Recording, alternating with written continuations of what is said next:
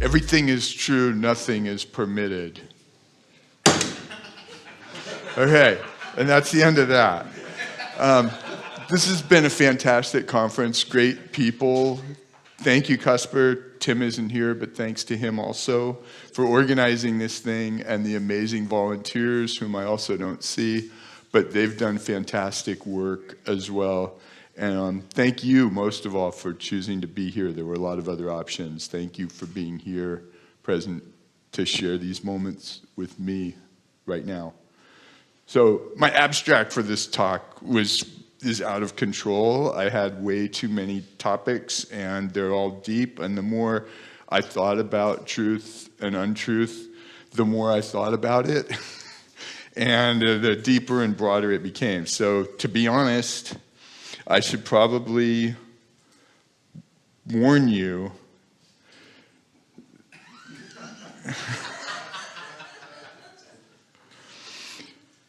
oh, my font didn't come through. Oh well, I had a fancy medieval font on here.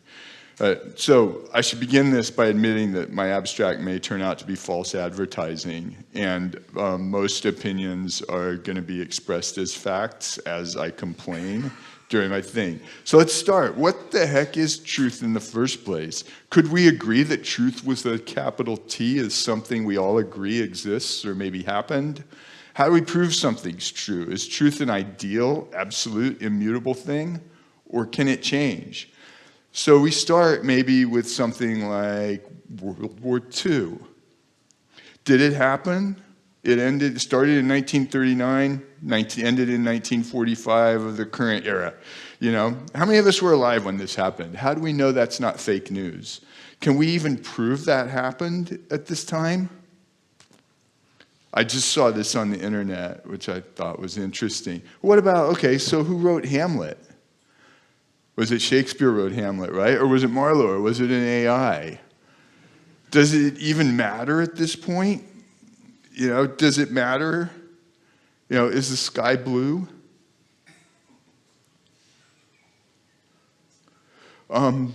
This is out of order. So anyway, so if the sky is blue in the daytime, then what about this dress? Remember that meme? So then we go to Carlos Castaneda. Does it matter if Don Juan actually existed? Or if any of his stories are true, the 12 books that he wrote, if anything in there is true? This fake system has worked for millions of people since 1971 or something, so this might have given me an opportunity to talk about Alfred Korzybski, one of my great heroes, but I don't really have time to talk about, about certainty and our reactions to truths and presumably falsehoods that we aren't ready for, but would I be able to explain general semantics in this short time allowed for this talk? I couldn't possibly talk about Aristotelian logic and how many languages use of the word is describes impressions or opinions. Is the dress blue, or does it just look blue to me? Is finality embedded in language? Is this a semantic thing? Is truth semantic? I'm not a linguist, so I can't assert that compared to other languages like Japanese or maybe Russian or Tagalog, that European languages, Germanic like Dutch or English, and Romance like Latin or Portuguese, have pretty static verbs. Things go or went, games were won or lost, which puts a certainty of finality to motion or action. Although Spanish uses the reflexive term tense to describe a lot of action, el vaso se rompió, the glass broke itself, or el auto se estrelló, the car crashed itself. By giving the injured party agency, aren't we blaming the victim? Like us Germanic language users, though, the Spanish would use the es of identity to describe the dress as well. So would I have dared suggest that our perception of truth is tied to language? Maybe our truths vary based on how we articulate them. Lies. Oh, there's the car. lies. Had to put the snake in there, right? Lying snake. But lie seems like a strong word, and it implies judgment. Should we judge untruths? Where does untruth lie? Mendacity, dissimulation, deceit, fibs, little white lies, bald-faced lies. There are so many words and descriptions of lies and degrees of lies, and so few degrees of truth. How do we define untruth? Is it misrepresentation? Is it misremembering? Is it showing things in a positive or negative light, like a spin doctor? Jack Henry Abbott had a wonderful way of describing lying versus propaganda. I'll quote him here, not many quotes here. Propaganda is the truth told from a certain viewpoint. It defines the meaning of the thing from that viewpoint, and it's not quite the same as a relative judgment. When one says one's freedom fighter is another man's terrorist, one understands what propaganda is. The opposite of propaganda is falsehood. If I say something occurred that did not occur, I am lying. I'm not engaging in propaganda. I could have gotten more deep and erudite and said something like, deception comes from the Latin decipere.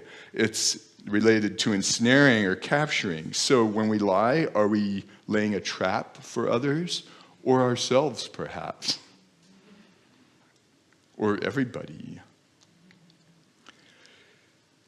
I'm not kidding, though. I swear to God, I'm not kidding when I say that in the Hindu corpus, the Vaishnavas, who are usually pretty strict about conduct, I hear, allow lying on 5 occasions. I'll paraphrase the Matsya Purana, which says there's no sin in speaking untruth at the time you're enjoying sexual pleasure. On the occasion of marriage, when one's life is in danger, when your wealth is at stake, or in jest. There's one other in some of the other scriptures that allows for also to lie to protect a monk. So I wouldn't say nonconformists such as ourselves have become nostalgic for consensus reality, where there are some truths with a capital T that we all agree on. Does such a truth exist today, or have we entered an age where truth is self-proclaimed or at best negotiable? Is truth an opt-in now? Would you believe me if I told you that research shows that a coin toss is more accurate at detecting lies than any machines or experts? So we're kind of in the woods here in terms of figuring out what's true and false from our own instincts anyway. And maybe start tossing a coin when we read the news. Would you believe me? Okay, so it would have been crazy to ask whether truth has something to do with time. Is there a time thing in here? No. Okay, so we can, could we write something? Can we lie about the future? Everybody lies about the past and the present, but can we lie about the future to create events that haven't happened yet? Would I have covered the concept of creating alternate presents and futures by changing our memory of the past or writing the future in false hindsight? In his phenomenal Weaving Fate, Aidan Wachter proposes exactly this, to begin writing a future diary in which we describe the way the future went exactly the way we wanted it to go today. This technique is employed in a lot of New Thought folks like Neville Godfrey, Napoleon Hill, and is potentially, I've heard that it's based on Vaihinger's as-if principle as a means of achieving one's own goals. So then, if we go down that rabbit hole, do we start asking, is fiction capable of changing facts? Has it been doing so all along? What about Jules Verne and Philip K. Dick and William Gibson and the self-weaving looms of Aristotle and everybody like that? Rather than predicting the future, do writers create our futures? Does their popularity, can it be influenced by the popularity of a specific idea or the cultural distribution it has determined? Does that determine how sticky their futures are and how much territory they cover? I don't know this myself, but Brian Geisen wrote that Arabs use the term mektub. It is written to denote an absolute truth. He suggests that anything that's not written is not fully true, can't be. So what about film and digital media? Take film, for example. Would it be a spoiler if I mentioned that Tarantino's recent releases like Inglourious Basterds and Once Upon a Time in Hollywood rewrite history in a more positive light? Though Manson and his goons get their butts kicked in Sharon Tate's house. And, so is Tarantino creating an alternate present where these men like Hitler and Manson and slave owners never made it far enough to commit their famous atrocities? If so, is it possible to apply these techniques to our own lives? Can we make movies of our futures and create alternative paths and rewrite our destiny in a sense? I'm not going to bring this up because I might be appropriating a uniquely black movement, but I suppose it would go without saying that creating alternate paths aligns pretty directly with the principles of black quantum futurism, aka BQF. And they introduced the concept of retrocurrences, which are backwards happening, an event or events whose influence or effect aren't discrete and time-bound and extend in all possible directions, kind of like that chaos star, and encompass all possible time modes. And I'm definitely not going to suggest that lies about the future are by definition truths. BQF prophetess and evangelix Rashida Phillips asks whether we can use what she calls the quantum eraser to erase the past and change the future. Isn't that exactly what Spare suggested in his principle of forgetfulness as a means of charging sigils and making them stick? Are lies about the future, I'll repeat this because I skipped ahead by accident. Are lies about the future by definition truths? Are they bound to become true once they're documented? Is there a critical mass depending on how many of us share or envision a common future?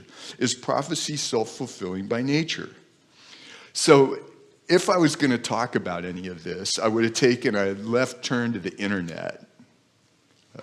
Picture of Rashida Phillips and her collaborator, and this lovely picture of Austin Spare with a laptop. I'm getting ahead of myself here. So would it be acceptable to misquote Austin Spare again and suggest that the internet has reached what he calls a neither-neither state, a state where the mind is passed beyond conception and can no longer be balanced since it implies only itself? It's an echo chamber where the passion behind the truth behind it is left, leaving unchained energy behind. Has the I principle, did Spare intend that to stand for internet? Has the I principle reached what Austin Spare called the does not matter, need not be state, and it's no longer related to form? Is veracity itself a form of form? Is it a structure? If I have the perspicacity, yes, to wade into the internet topic, do I mention fifth generation warfare, which posits that the next battlefield is the human mind, that warfighters will now try to induce their adversaries to misperceive reality altogether? Will these information wars dupe us into misrecognizing our allies as foes and transform our beliefs and assumptions? Are our perceptions being engineered, manipulated by nation states, criminals, and fanatics? And do our political posts make us proxy information warriors for the US, for Iran, Russia, Ukraine, Israel, Donald Trump, Bernie Sanders? I don't know, fill in the blank. How can we know if our truths are valid? How do we fact check information now that nobody has a monopoly on truth or history? Flip a coin? If it's a battlefield now, is it even worth mentioning that we once touted the internet as the virtual equivalent to the Library of Alexandria? And I'm going to skip ahead to the Library of Alexandria. That's not the Library of Alexandria. Okay. No, actually, so this was going to be the aggregation of all human knowledge rendered searchable, and this ultimate source of truth that you could search through and document, and it would be there in a solid way. Should I talk about how information on the internet has been subverted and is now used as a weapon of mass misinstruction, turning the information age into the misinformation age? And should I add that in Greek mythology, this is the slide for that, lies are ruled by the pseudo-logoi, and they're the offspring of Eris. So lies serve chaos in a mythological sense.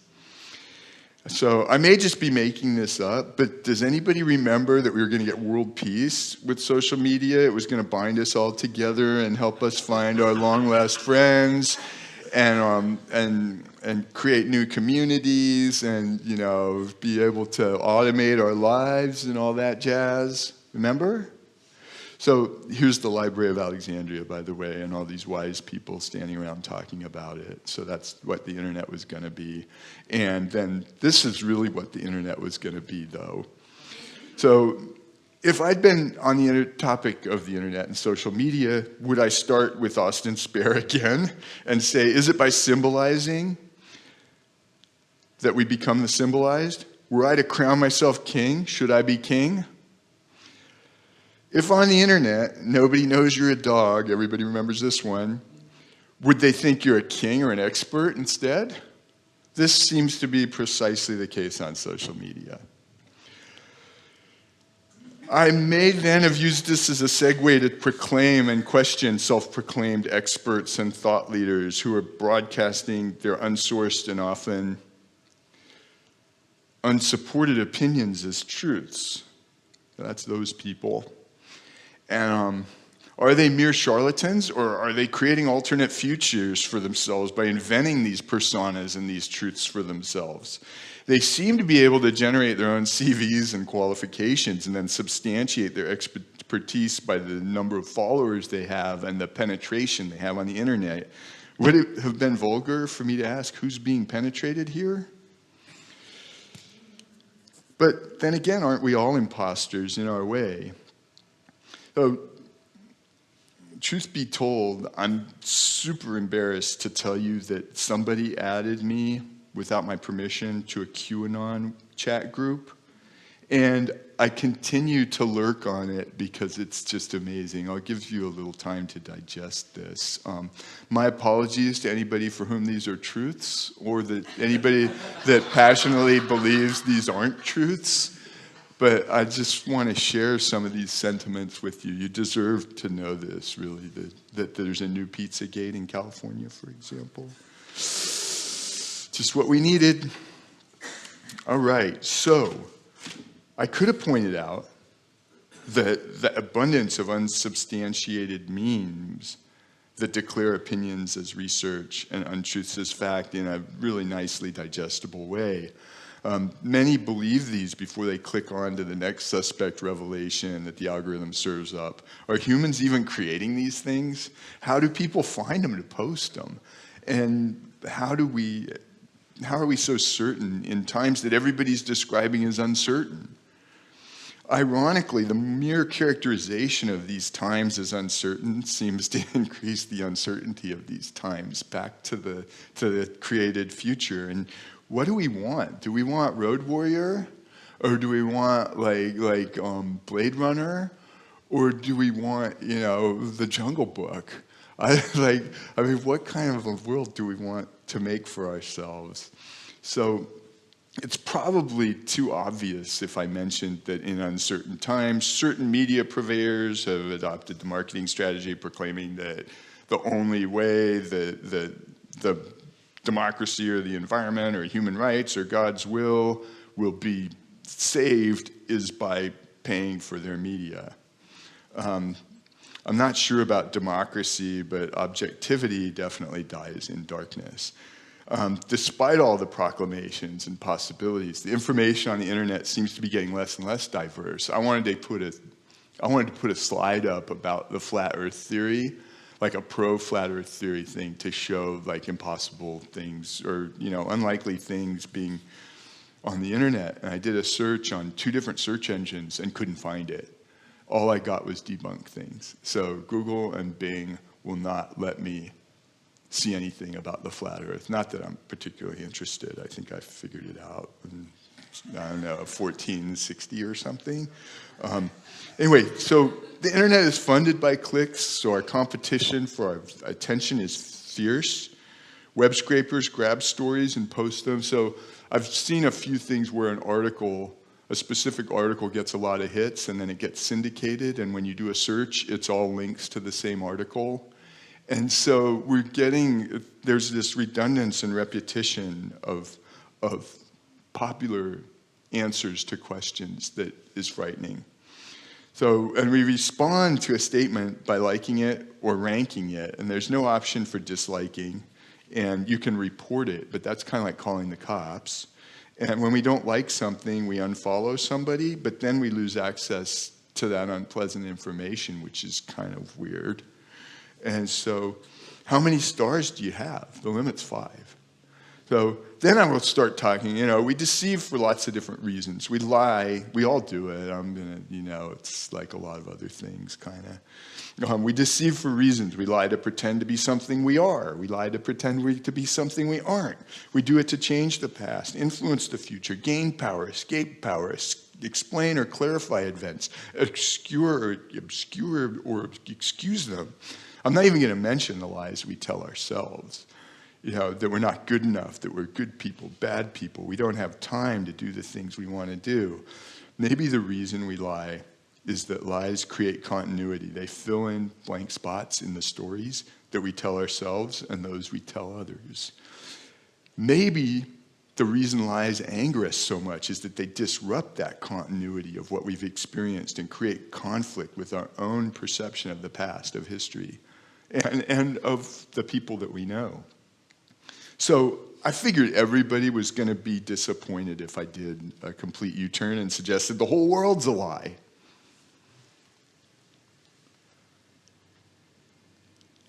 What if the world we sense and we see and we experience is an illusion? It's Maya, that we're players in a divine game and nothing is true. Maybe the Gnostics nailed it when they said we live in a lower world. Maybe Kenneth Grant got it backwards and we're trapped in the worm tunnels of the night side tree of life, struggling to get to the Dothian portal that'll lead us to the light.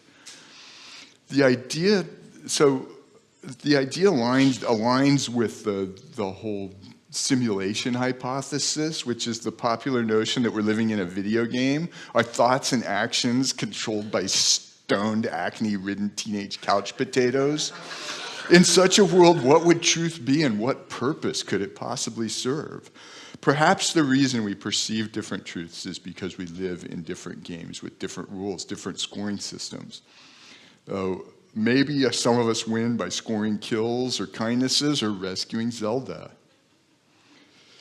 So in conclusion, and to be completely transparent, you'll probably think my talk has been a big put on, and you might be right, because I'm not sure I even know what's true and what isn't anymore. But I do believe that each of us has the power to engineer a reality that's more palatable to ourselves and less negative than the apocalyptic dreamscapes that people are making in film and dialogue right now. So please go forth into the world and make us a bright future.